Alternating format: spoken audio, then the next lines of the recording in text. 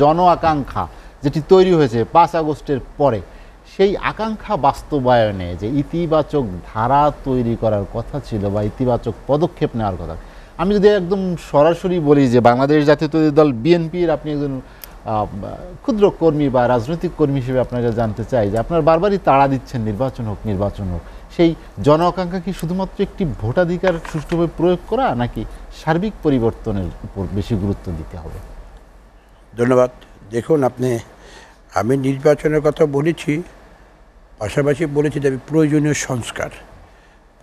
সংস্কার যেগুলো আছে, কারণ একটা আপনি এখানে আসার পরে আপনার সাথে আনঅফিসিয়ালি কথা হয়েছিল, যেটা নির্বাচিত সরকার না থাকলে যে সমস্যাগুলো অ্যারেঞ্জ হয় সত্যিকার অর্থে, যেমন আজকে আমি আমার মুন্সিগঞ্জে ছিলাম শ্রীনগরে, সেখানে আমি 2 উপজেলায় গিয়েছিলাম, সেখানে অনেকের সাথে মতামত বিনিময় করলাম। মানুষের যে আকাঙ্ক্ষা, যে আপনি কথাটা বললেন, এখানে জনপ্রতিনিধি নেই। আগে ছিল উপজেলা চেয়ারম্যান ছিল, তারপর আপনি সংসদ সদস্যরা ছিলেন, মানুষের কথা বলতে পারতেন, তারপর ডেভেলপমেন্টের ওয়ার্কের হয়তো সব কিছু মেলে, কিন্তু এখন তো সেই জিনিসটা নেই। কারণ সরকারি যারা দায়িত্বে আছেন তারা তো রিয়েলি তারা দায়িত্বের মধ্যেই সীমাবদ্ধ থাকে। তারা যে আগে বারে একটা কাজ করা, সেটা তো তাদের প্রয়োজন, কারণ তারাও এখন সাহস পায় না। অনেক সরকারি কর্মকর্তার সাথে কথা হয় আমাদের, যে তারা বলে যে ভাই আমরা আগে যে একটা গভর্নমেন্ট তো মানে অনির্বাচিত গভর্নমেন্ট, এখন আমরা যে আগেবারে একটা কাজ করবো সেটা দায়িত্ব কে নেবে?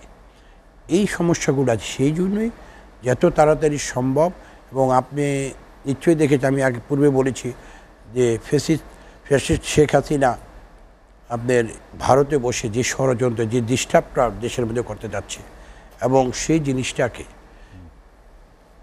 ফেস করার জন্য একটা নির্বাচিত সরকার মাস্ট বি দরকার। নির্বাচিত সরকার ছাড়া কোনো কিছু হয় না। আপনি দেখেন যাই কিছু হয়েছে, নির্বাচিত সরকার তো অবশ্যই লাগে।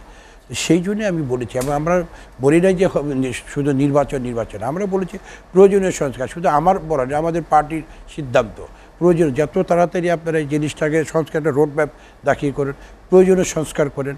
যেমন আপনি বলতে পুলিশ রিফর্ম, এই যে পুলিশ রিফর্মের যে ব্যাপারটা, এটাকে আপনাদের জরুরি দরকার। কিছু কিছু জিনিস আছে দরকার। তারপর নির্বাচন কমিশন সংস্কার হয়েছে, যেটা নিয়ে নাকি মানুষের জনপ্রশাসনেও, হ্যাঁ তারপরে জনপ্রশাসন আছে, একটা সে রিলেটেড।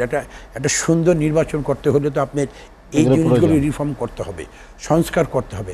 নির্বাচন সংস্কার করেছেন অনেক, আমি যেহেতু আমার জানা মতে অনেক ভালো ভালো লোক আছে যারা কাজ করার জন্য, সামরিক বলেন, সিভিল সোসাইটি বলেন, সিভিল সার্ভিস যারা মানে অ্যাডমিনিস্ট্রেশনের ক্যাডারে যারা আছেন, জুডিশিয়াল সার্ভিস, তারা কাজ করার জন্য অনেকেই ইচ্ছুক, কিন্তু তাদেরকে ডেকে নিয়ে আসতে, তাদের কাজটা দিতে হবে।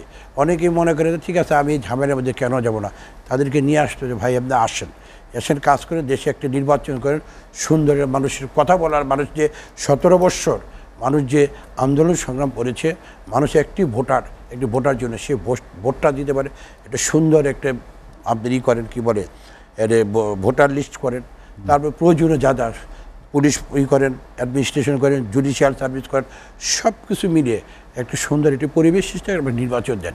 যদি আপনার সদিচ্ছা থাকে সুন্দরভাবে আমি একটা দেশ কী করবো, কারণ এই দেশের মানুষের একটা আকাঙ্ক্ষা, যে আপনি যে আকাঙ্ক্ষার কথাটা বললেন, যে আকাঙ্ক্ষাতে আমাদের একটা নির্বাচন, সেই নির্বাচনের মাধ্যমেই একটি সরকার হবে, তখন তার যে সরকার জনগণের সরকার হবে, মানুষ কথা বলবে, সুন্দর, মানুষের আইন শৃঙ্খলা থাকবে, একটা সবসময় নিয়মতান্ত্রিকভাবে চলবে।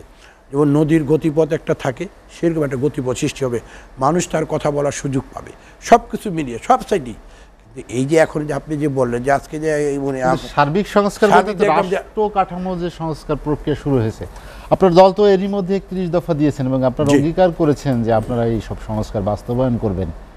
এরপরে রাষ্ট্র কাঠামো সংস্কার, নির্বাচিত প্রতিনিধি আর বর্তমান সরকার, অন্তর্বর্তীকালীন সরকার, কার দ্বারা আসলে রাষ্ট্র কাঠামো সংস্কার প্রয়োজন বলে আপনার মনে হয়?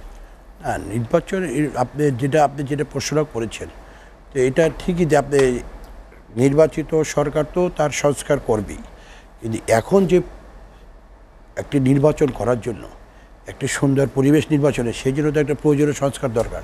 আমি তো পূর্বেই বললাম যে দেশের প্রতিটি সেক্টরে কলম আজকে অকার্য করে দিয়েছে সব ক্ষেত্রে, বিশেষ করে পুলিশ রিফর্মটা তো মাস্ট বি দরকার।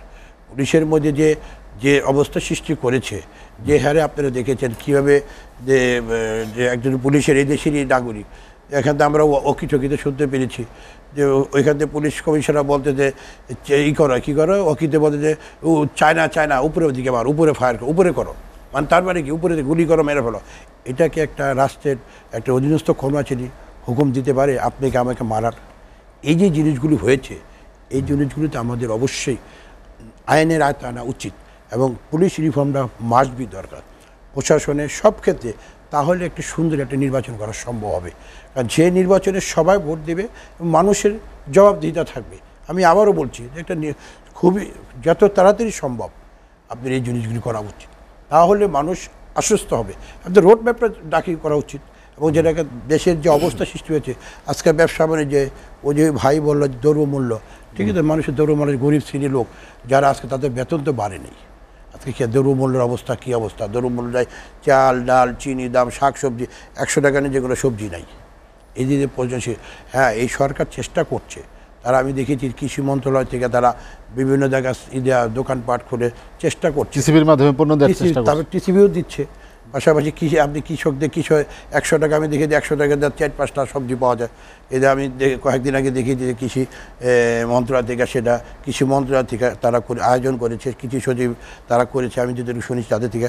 তো এই জিনিসগুলো তারা চেষ্টা করছে, কিন্তু পাশাপাশি নির্বাচনের একটা প্রক্রিয়া যাতে করে নির্বাচনটা খুব দ্রুত গতিতে হয় এবং সুন্দর একটি পরিবেশ সৃষ্টি হয় মানুষের আইন শৃঙ্খলা বলে সব ক্ষেত্রে। কারণ আপনার ষড়যন্ত্র থাকবেই, বাংলাদেশকে নিয়ে ষড়যন্ত্র সবসময় ছিল, আমাদের স্বাধীনতার পূর্বেও ছিল, এখনও আছে, সবসময়। 90 সালে আমরা ছাত্র আন্দোলন করেছি, আমরা স্বৈরাচার এরশাদ বিরুদ্ধে আন্দোলন সংগ্রাম করেছি।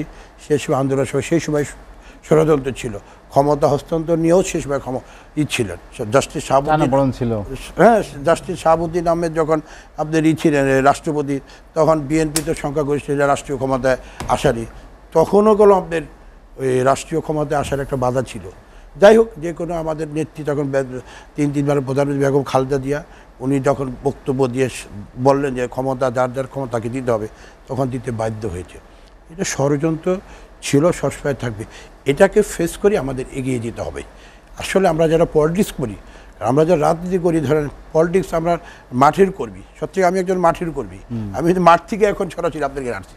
আমি সারাদিন আজকে সারাদিন কেন্দ্রীয় কর্মসূচি ছিল, তারপরে আমি মুন্সিগঞ্জ থেকে সরাসরি এখানে চলে আসছি। এই যে আমরা আমরা দেশটাকে একটা ভালো পর্যায়ে নিয়ে যায়, কারণ আমাদের যারা আছে নেক্সট জেনারেশন, এই যে বিশেষ করে যারা ইয়াং জেনারেশন, এই যে ছাত্র রাজনীতি, আমি 1 মিনিট, ছাত্র রাজনীতি যারা করতে চায় না, এখন মানুষ অনীহা এসেছে, মানে আমি এই দেশে থাকবো না, চলে যাচ্ছে আমেরিকা থেকে কানাডা চলে যাচ্ছে। কেন এই অনীহাটা আসছে? কারণ এই জিনিসটাকে ফিরিয়ে আনতে হবে, দেশটাকে একটা ভালো পর্যায়ে নিয়ে আসতে হবে।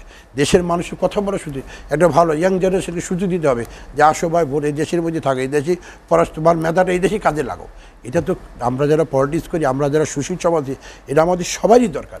বিশেষ করে আমাদের না, আপনাদেরও দরকার। আপনারা যারা মিডিয়া পার্সন আছেন, এই যে আপনারা অনুষ্ঠানগুলি যে করছেন, এর মাধ্যমে তো জাতি সোচ্চার হবে এবং যাতে করে ইয়াং জেনারেশনকে ধরে রাখতে হবে। তারা তো চলে যাচ্ছে বিদেশে, পড়াশোনা মেধাকে বিদেশে কাজে লাগাচ্ছে, আমাদের দেশে থাকতেছে। তাহলে কি একটা সময় কি হবে বলেন?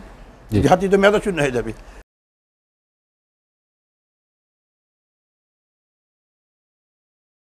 সত্যিকার অর্থের যে সংস্কার, রাজনৈতিক একটি নতুন চিন্তাধারা, নতুন বন্দোবস্ত যেটি নিয়ে আসা প্রয়োজন, সেটি আসলে বিরাজনীতিকরণের কোন ইঙ্গিত দেয় কিনা? আমরা সরকার কি সে পথে হাঁটবে কিনা, এরকম কোনো আশঙ্কা আছে কিনা? কারণ আপনার দল থেকে অনেকবার এই কথাগুলো বলা হয়েছে, -2 ফর্মুলার কথা বলা হয়। ধন্যবাদ আপনাকে। যে আমাদের ভাই খবরের ভাই যে কথাগুলি বলেছেন, যে বিএনপি আওয়ামী লীগ যে লুটতারা দুর্নীতির কথা বলেছেন, বিএনপি আওয়ামী লীগের মধ্যে যে জিনিসটা হয়েছে আছে, বিএনপি যারা দুর্নীতি করে, যারা টাকা পাচার করে, তাদেরকে কখনো আশ্রয় প্রশ্রয় দেয় না। আওয়ামী লীগ সেটাকে ওন করে। সেটা আপনারা বিগত দেখেছেন, ফেসিবাদ দেখেছেন, লক্ষ লক্ষ কোটি টাকা তারা বাংলাদেশটা পাচার করেছে, তাই না? কিন্তু বিএনপি সেটা কখনো ওন করে না। উনি যে ভাই যে কথাটা বলেছেন, এটা হলো আমি তার কথাটা জবাব দিলাম। এবং আর যে জিনিসগুলো আসছে, যে ব্যারিস্টার আমাদের শামীম সাহেব যে বলেছে, উনি কিছু কথা বলেছেন, ভালো একাডেমিক কিছু কথা বলেছেন, এটা রিয়েলিস্টিক এই জিনিসগুলো হওয়া উচিত। আমাদের কিছু সংস্থা, যে কিছু সংস্থা আছে, বিভিন্ন সংস্থা আছে, গোয়েন্দা সংস্থা বলতে বিভিন্ন গোয়েন্দা সংস্থা, এটিরও কিছু আমাদের রিফর্ম দরকার এবং সেটা একটা কিছু ইয়ের মধ্যে যে কথাগুলি চলে আসছে, এটিও আমাদের একটা ইয়ের মধ্যে নিয়ে আসা উচিত। এবং যে কোনো জিনিসই আমাদের, এবং আর কিছু কথা হয়েছে যেখানে ভাই বলেছে যে কমোডার ভাই বলেছে, আমি বলছি যে রাজনীতি যে আপনার আমি বলতেছি ভাইয়ের কথাটা জবাব দিই না, উনি যে কথাগুলো বলেছে যে আপনাদের কি জানি বলে যে এই যে সরকার একটা করে রাষ্ট্রপতি করে দিলে, এই রাষ্ট্রপতি যে আপনার ডাকবে কি বলে এটা, ওই যে আপনাদের যে সে অর্ডিন্যান্স জারি করার জিনিসটা করবে, এই অর্ডিন্যান্স তো পাস করতে হবে, এটা কারা করবে? করবে তো নির্বাচিত সরকারই। বিগত দিনে আমরা কি দেখেছি, 111 সরকার যখন এসেছিলেন মঈনুদ্দিন ফখরুদ্দিন, তার পরবর্তী পর্যায়ে আওয়ামী লীগ ক্ষমতাতে আসলেন, সেই সরকারেরই তো আপনার তাদের যে জিনিসগুলি সেটা পাশ করেছে ওই সরকারই, কারণ পাশ না করলে তো আপনার ওই সরকার অবৈধ হয়ে যাবে। অবৈধ হওয়া মানে কি, তার মধ্যে এটা তো আমাদেরকে সাংবিধানিক কিছু বাধ্যবাধকতা আছে। তো একটা রাষ্ট্রের আপনার মাসবি আপনি অবশ্যই সেক্ষেত্রে আপনাকে একটা নির্বাচিত সরকার লাগবে। নির্বাচিত সরকারের জন্য যা যা করা দরকার, আর আমি মনে করি, এটা আমার ব্যক্তিগত অভিমত, এত বড় একটা রেভলিউশন হওয়ার পরে আমার মনে হয় যে এত তাড়াতাড়ি সব কিছু হবে, সব কিছু সহজ হবে না। এটা আমার রাজনীতিক অ্যানালিসিস আর কি, যে এত বড় একটা রেভলিউশন হইলো, এত লোক মারা গেল, এত রক্তপাত, এত কিছু, এরকম কোনো স্বাধীনতার পরে এত বড় কিছু হয়নি। আমরা 90 সালে যেটা দেখি যে এত রক্তপাত করা হয়নি, কিন্তু এবার যে জিনিসটা সৃষ্টি হয়েছে, মানুষ কোনো সোচ্চার হয়েছে, এবার সব শ্রেণীর লোক। তখন ছিল আপনি কি 90-এর আমরা যে আন্দোলন সংগ্রহ করেছি, ঢাকার মধ্যে আন্দোলন সংগ্রহ ছিল, ঢাকার বাইরে কোনো এত কিছু হয়নি। এইবার সারা বাংলাদেশে সারা জেলা শহরে হয়েছে, এবং রিক্সাওয়ালা থেকে শুরু করে সবজিওয়ালা শুরু করে সমস্ত শ্রেণীর লোকের কোনো ত্যাগ ছিল, সবাই রক্ত দিয়েছে, জান দিয়েছে।